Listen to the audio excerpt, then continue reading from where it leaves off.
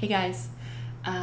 So welcome to, I think, what I'm going to call episode 101.5 of the podcast, because I'm kind of considering this to be a little bit of like a bonus episode, because it's not even really an episode. It's not going to be very long. I'm hoping it won't be more than about 15 minutes or so. But part of the reason I'm recording today is because I just had a couple things I wanted to talk about, but not enough to make a full episode. But I don't really want to leave them until probably next weekend.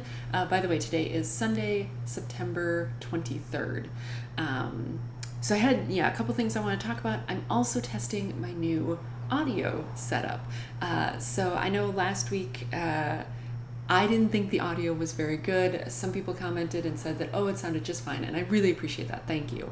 But it was more so, like, it came out sounding okay, but it was more so that, like, I just got really frustrated by the process of trying to get the audio recorded because, like I said, I was trying to record video on my phone basically and audio separately using my microphone hooked up to my computer, and I just could not get them to sync. And like, I did a lot to try and get them to work, and it just didn't work. So now I have a new solution, which is still letting me use my nice microphone, which is, by the way, if you care, it is a Blue Yeti. And the only reason I kind of went through this whole process was because I already have the Blue Yeti and I like the sound that it records. So it's like, okay, well, I want to use it, especially too because I record, like right now I'm recording in sort of my like living space, and then the kitchen is behind the camera right now, but it's this big room which does not have a lot of sound absorbers. I have hardwood floors. I don't have a lot of like soft things in this room, and so if I don't have a directional microphone like the Yeti or something, it's just hard for the phone to pick up the sound because it's trying to pick up sound from everywhere, versus the Yeti I can set to pick up sound coming only from the front. So that's a little bit of inside podcasting for you if you care. Right, so I'm using an iPhone 8 Plus, which has only the Lightning connector on it. So basically the setup I have is I have the Blue Yeti, which is a USB microphone, and then I have that hooked into a powered USB hub. It has to be powered because the Yeti, I think it has to be powered because the Yeti draws a fair amount of energy. And then that powered USB hub, obviously, it's plugged into the wall, it's powered, and then it plugs into a camera adapter, which then converts the USB-A that comes off of the USB hub into the Lightning for the phone. So I'm testing it. I've already tested it a little bit, but it seems to work, and so I'm kind of giving it a full test run today. I'm also going to have some coffee. My mug is perhaps a little bit more full than it should be, but that's okay. It's my cute little raccoon mug. And yeah, I thought we would just chit chat. So I guess, if you're looking for me on the interwebs, you can find me on Instagram, Twitter, and Ravelry as Pearlbug, Purlbug. You can find my blog at thepearlbug.com, and then we have the 10,000 Stitches podcast group on Ravelry. My name is Andy. I don't think I mentioned that, but yeah. And I will also try and link to the article that I found that kind of told me which setup I needed to get this microphone to work with my phone, just in case any other podcasters out there are curious.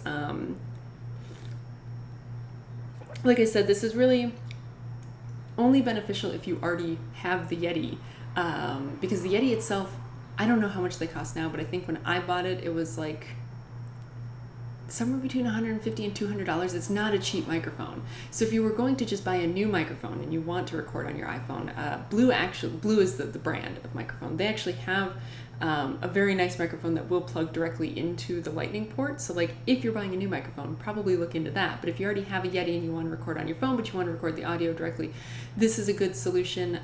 And the cords that I needed cost me $30 on Amazon to get the USB hub and then the adapters. So it's like, you know what, for $30, if I can actually use my nice microphone and get good sound, I'll take it. Anyway, okay, so we'll stop talking tech stuff. So yeah, I'm not going to do the normal stuff today, and I don't really have normal stuff to talk about anyway, so I did want to talk a little bit about knitting, and that is about a new pattern that I released this past week, which if you follow me on Instagram, you would have already seen this, but if you don't follow me on Instagram, you wouldn't have seen this because all of this has happened since the last time I recorded. So since the last time, I think last Sunday actually, and like last week I actually recorded on Saturday, so like I recorded a little bit early, which really meant that this did not get included. So last Sunday, I cast on a prototype for a short sock. If you've been around for a while, I've talked about this before, but like I have a hard time with short socks, especially hand knit short socks, because I find that if they're like nice, low, no-show socks, right, they tend to get sucked into my shoes. And this is not a problem only with hand knit socks. Commercial socks that are no-show socks also tend to it's like I walk a couple steps and they're just whoop down into the heel of my shoe, which is super frustrating. I have found a couple of commercial short socks that do work really well for me. One is the Bombas. The brand is Bombas. And those were a gift to me by Wesley's mother, actually. And oh my gosh, I have 2 pairs and I love them to death. They're also kind of expensive. They're like $12 a pair. So that's why I only have the 2 pairs that I was gifted, because I just, if I'm spending $12 a pair on socks, I don't know.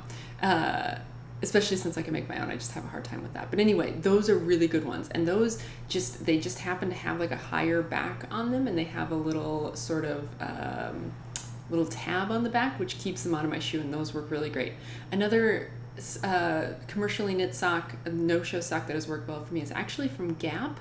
And they have like little silicone grippies in the back, which even that doesn't always work for me, but these particular ones happen to work really well. But again, those are like $8 a pair, so they're not cheap. And so, and for a long time, I've been wanting to find a way to make short socks that will stay up, like no-show socks, right? Like, obviously I can wear short socks if they have, I find that if they have about 20 rows before I start the heel, that's typically enough, and then they don't fall into my shoes. But 20 rows is a pretty good amount. It's like about, that much.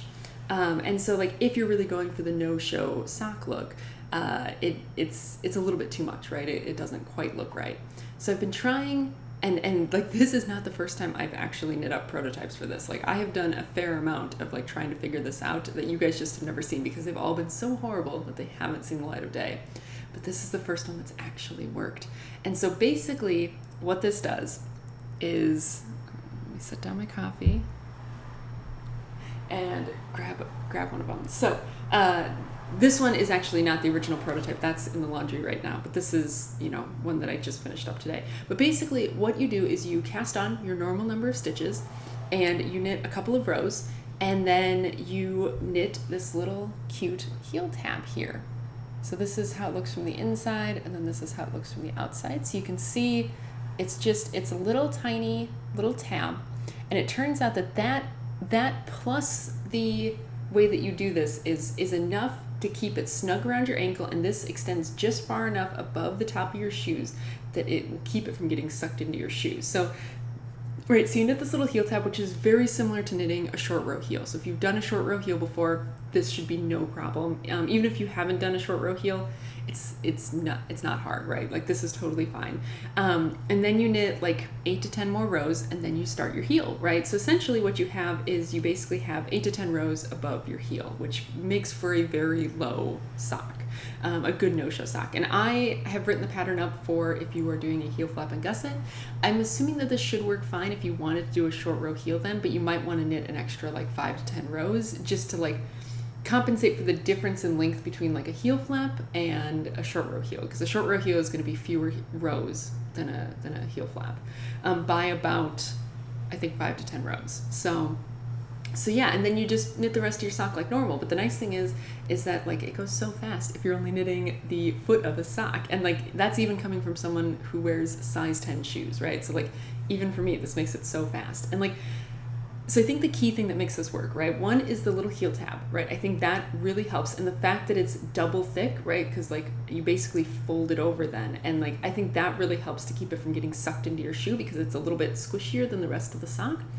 But I think the other thing that really helps here is I've written this such that you wind up sewing that hem along the inside, right? So you turn it to flatten out this little heel thing, and then you sew along the inside. You sew down that cast on edge. And I think that also really helps, because it makes this sort of top centimeter or so just a little bit more rigid. Like the seam, it's still stretchy, right? Like it still stretches enough that you can put it on, but it makes it just a little bit more firm And I think that really helps too, because it helps to keep it kind of across the top of your ankle and keeps things from slipping down. So I think this is just magical. I wore the prototype that I knit up, I wore it all day at work. Like I wore it for an entire day. I wound up walking like 11,500 steps that day, stayed up the entire time. Even as I was walking home, I got caught in a rainstorm, stayed up fine, right? And like no problem with it at all. So if it can survive through that, I think it can survive through anything. But yeah, I think this is really great. And I've now knit 3 prototypes, right? Kind of refining the pattern, kind of figuring it out exactly how I wanted to do it. And then on Friday, I think it was, I published the pattern. So the pattern is free on my blog, or you can find it on Ravelry. If you search heel tab for short socks on Ravelry, that's the pattern that comes up. I'll link it. But yeah, it's free because really all the pattern is it's only for this top part of the sock, right? It's not for any of the rest of the sock. I'm kind of assuming that you will pair this with your favorite vanilla sock pattern, and of course you could use my vanilla sock pattern, that's totally fine. But you could pair this with basically any pattern, any regular stitch count vanilla sock pattern, and it should work fine. And I just, it's like I didn't want to charge for it because I feel like there's not enough there to charge for. And I also just, it's like this is a thing that has been bothering me for years now, like basically since I started knitting socks. And I can't imagine I'm the only one, and I just want other people to have access to this. So I, thought I'd talk through that a little bit. I probably said way more about it than I needed to, but I am just so excited about it. I'm so glad that it worked. And I'm just, I'll be excited to see other people actually make it and hear back from them kind of how it works, because of course as of now I'm the only one who's really knit it and test it, but hopefully soon other people will have knit it and test it, and I will be able to see if it works for other people or not. I certainly hope it does, but yeah, I'm super excited about it. So yeah, that's the major news. That's pretty much all I have in terms of knitting news. Because that's basically all I've been working on all week. It's just little short socks. So yeah, and then other news. So it's a nice cool day here today. Today's the second day of fall, I think. Yesterday was the first day of fall, and it feels like fall here today because it's rainy and kind of cool and gray, which is nice. Like I'm enjoying it. I actually had a very productive day yesterday, so I've been able to be a little bit lazy today, although I really need to get some homework finished up, which is why I'm recording, to procrastinate finishing up my homework. But yeah, it's good weather today. I have the windows to the apartment open, which is always nice. Work was just a busy week. We had some weird weather here in Richmond, actually on last Monday. I'm fine. Everyone I know is fine. So there's that. We had tornadoes come through. That was really our gift from Hurricane Florence. Thanks, Flo. But yeah, also anyone who was in the path of Hurricane Florence, I hope things are going better for you guys now. I know I heard that Wilmington was basically cut off from like the rest of the world, and things were just crazy down in the Carolinas. So I hope everything's okay for you guys. And then yeah, this next week is just another week of just work. And the big thing going on for me this next week is that I have to get some more dental work done, which if you've been around for a while, you know that this is an ongoing saga for me, is trying to get all of my teeth fixed. And I spent a lot of time and money and energy on this last year, got a whole bunch of fillings done, and that really shored things up for a while. And so right now, this next appointment is my last thing that I'm getting done, and that is that I need to get a crown put on one of my teeth. Like, I don't need it.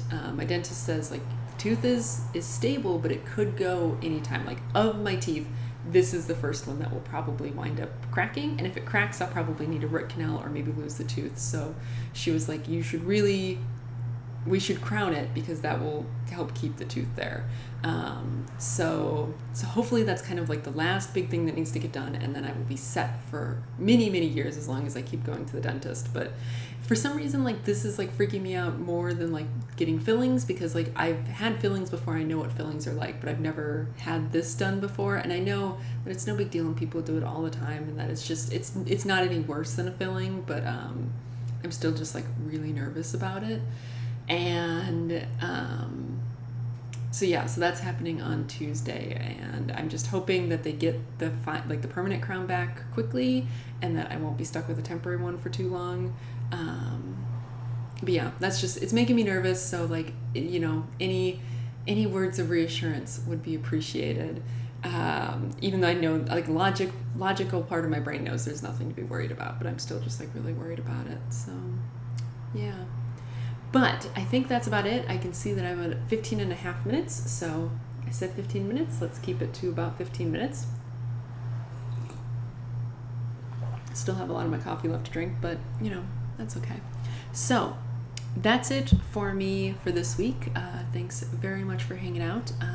And I should be back hopefully next weekend with a full-length episode, but I'm not entirely sure because Wesley is going to be here next weekend. So you might wind up with a vlog next weekend if we do exciting things, or if I can sit down for a little while and record. Maybe we'll do that, or maybe I can get Wesley to come sit here with me while I record and chit-chat about nitty things. I don't know. But yeah, next weekend might be a little bit crazy. So we'll see what kind of happens then. But for today, that's going to be it. Thanks very much for hanging out with me, and I will see you when I see you again. Bye.